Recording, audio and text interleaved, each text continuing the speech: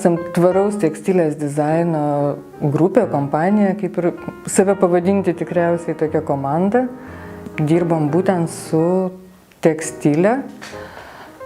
Vienas esminių mūsų pasirinkimų buvo augalinis dažymas, nuo to ir prasidėjo visas pavadinimas balta, kad aplinka turi likti balta. O kadangi žinom, kad tekstilė yra viena iš labiausiai taršių pramonių, tai mes grįžom kaip ir prie senų tradicijų, bandom prikelti senas tradicijas naujam dizainui.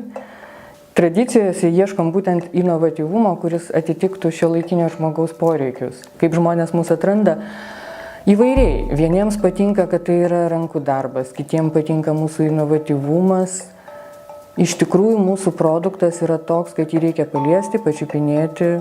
Kiti sako, net ir kvapas lieka nuo augalų, nes kadangi visi produktai yra dažyti augaliniu dažu, kurį mes didžiojo daly ir surenkam patys.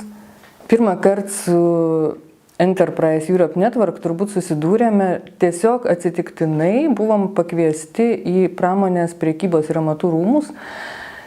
Gavom specialų pakvietimą, kur turėjo būti WORS Partnership projekto pristatymas.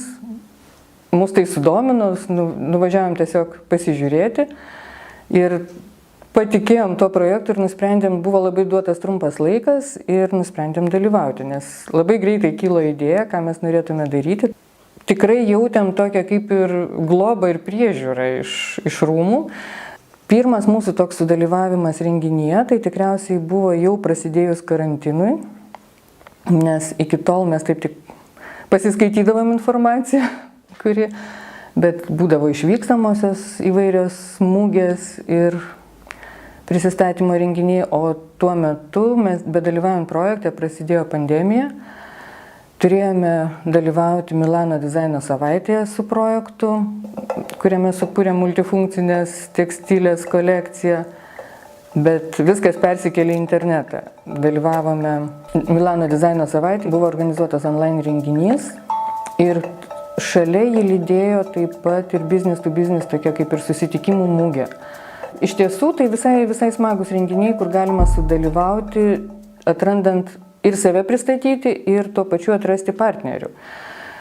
Tai jeigu pirmoji mugė mes tiesiog prisistatėm ir taip laukiam, kad kas nors mus pastebėtų ir kažkaip pakalbintų ar dar kažkaip, tai paskui supratom, kad vis dėlto reikia ir pačioms ieškoti, rašyti tiems partneriams, potencialiems partneriams, kurie galbūt galėtų būti įdomus. Ir dalyvaujant jau paskui sekančiuose tokiuose renginiuose, atradom visiškai įdomių pasiūlymų. Mūsų atrado, vienoje iš mugių atradome Nyderlandų kompaniją Style Snipe, su kuriais dabar jau kaip ir pusę metų bandom bendradarbiauti ir turėčiau pasakyti, galbūt net ir matosi sėkmingos perspektyvos, nes jie taip pat buvo toks startupas prisistatantis, kaip internetinė prekybinė platforma, būtent ieškanti reto inovatyvaus dizaino, lėtos mados. Tai labai atitiko mūsų lūkesčius, poreikius ir įvyko visai tokia sinergija maloni.